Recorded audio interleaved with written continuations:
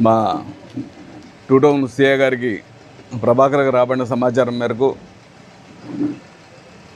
మరియు special branch వారి సమాచారం మేరకు మా పల్నాడు జిల్లా ఎస్పీ గారి ఉత్తర్వుల మేరకు నిన్న సిఐ గారు వారి స్టేషను ఎస్ఐలు ముఖ్యంగా హరిబాబు, యష్ణ మరియు మా ఎస్బి సిఐ గారు షఫీ ఎస్ఐ గారు వీళ్ళందరూ కూడా కానిస్టేబుల్ సహకారంతో ఈ ముద్దాయిల్లో ఒకరైన షేక్ కాసిం షా సన్ ఆఫ్ సైదా, హైలా బజారు, నర్సాపేట పట్టణం, ఇతని ఇంటి వద్ద క్రికెట్ బెట్టింగు ఈ ఐపీఎల్కి సంబంధించి జరుగుతున్న సమాచారం మేరకు వెళ్ళి రైడ్ చేయడం జరిగింది. అతని ఇంట్లో రైడ్లో ఈ 6 వ్యక్తులు ఉన్నారు. ఇందులో ఈ 6 వ్యక్తులు కూడా ఎవరు బోర్డులు పెట్టేసి సెల్ ఫోన్ల ద్వారా నడిపిస్తూ ఉన్నారు. అయితే బోర్డులు ఇప్పుడు ఎత్తేసి, బోర్డు అంటే ఇంక ఇప్పుడు సెల్ ఫోనే బోర్డు, సెల్ ఫోన్లో యాప్స్ తీసుకుంటున్నారు. ఇప్పుడు ఆ యాప్ ఎవరిస్తారో తెలియదు. వీడికి ఎవడో యాప్ ఇస్తాడు, డబ్బు తీసుకుంటాడు. దాని మీద ఆ యాప్ మీద ఇతను ఫండర్స్కి ఫండ్ తీసుకొని లింక్ ఇస్తూ ఉంటాడు, చెప్తూ ఉంటాడు.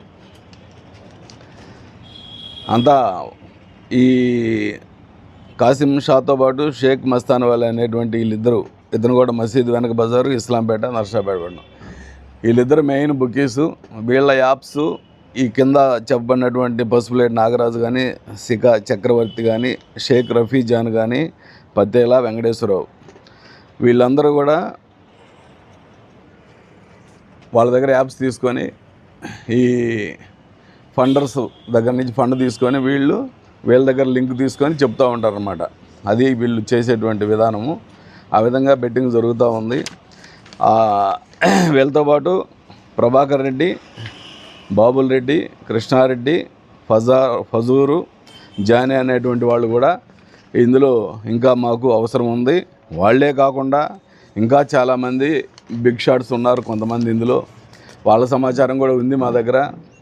అది కూడా మా ఎస్పీ గారి ఆర్డర్స్ మేరకు ఫర్దర్గా వీళ్ళందరినీ కూడా ఎవరిని వదిలేది లేదు. అయితే వీళ్ళందరూ కూడా ఎవరు ఇక్కడ లేరు. ఉంటే ఖచ్చితంగా ఈ పాటికే పికప్ చేసేవాళ్ళం.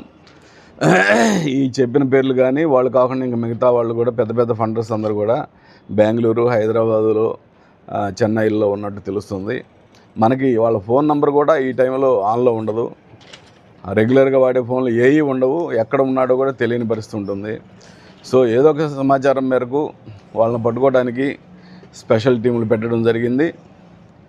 సో అదేవిధంగా ఈ రైడ్లో భాగంగా నిన్న మా ఎస్ఐ గారు, సిఐ గారు కలిసి దాదాపు 4,58,000 ఇక్కడ కనిపిస్తున్నటువంటి అమౌంట్ని సీజ్ చేయడం జరిగింది. అలాగే 6 దగ్గర నుంచి 6 సెల్ ఫోన్లు, ఆ సెల్ ఫోన్లు కూడా సీజ్ చేయడం జరిగింది. వీటిని ఎఫ్ఎస్ఎల్ అథారిటీస్కి పంపించి ఈ బెట్టింగ్కి సంబంధించిన అమౌంట్ ఎవరెవరు కొట్టారు ఏంటనేది మేము దానిలో భాగంగా కూడా తెలుస్తాము.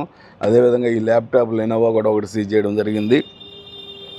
ఇక్కడ రీసెంట్గా చూస్తే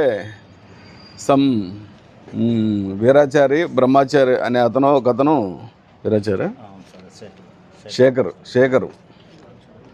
శేఖర్ ఆచార్య అంటారు అతను. బహుశా అతను రీసెంట్గా దర్శి పోలీసులు కూడా అరెస్ట్ చేశారు అతన్ని. యాక్చువల్గా అతను నర్సాపేట పట్టణం అని చెప్తున్నారు. అతను ప్రస్తుతం జైల్లో ఉన్నాడు.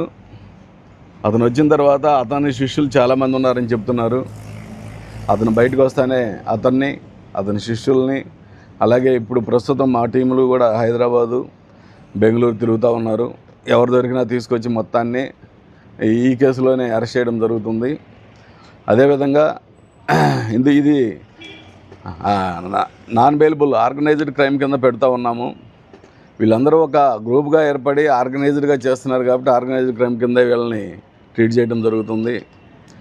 వీళ్ళని ఆర్గనైజ్డ్ క్రైమ్ కింద బుక్ చేసి ఈరోజు కోర్టుకు పెట్టి రిమాండ్ చేయడం జరుగుతూ ఉంది. మరలా వీళ్ళని రిమాండ్లో నుంచి పోలీస్ కస్టడీకి తీసుకొని పూర్తిగా విచారణ చేసి వీళ్ళ నిన్న అరెస్ట్ చేయడం వల్ల మాకు టైం లేకుండా అయిపోయింది. అందువల్ల ఇమీడియట్గా రిమాండ్ చేస్తున్నాము. తప్పనిసరిగా వీళ్ళని పోలీస్ కస్టడీకి తీసుకొని వీళ్ళ ద్వారా మరలా ఇంకా ఎవరెవరు ఉన్నారు, మన నర్సాపేట పట్టణమే కాదు, గుంటూరు కాదు, ఎక్కడెక్కడ ఉన్నారో వాళ్ళందరినీ కూడా పికప్ చేసి వీలైనంత వరకు ఈ క్రికెట్ ఈ బుకీల యొక్క ఆటలను కట్టేయడానికి ప్రయత్నం చేస్తాం మేము.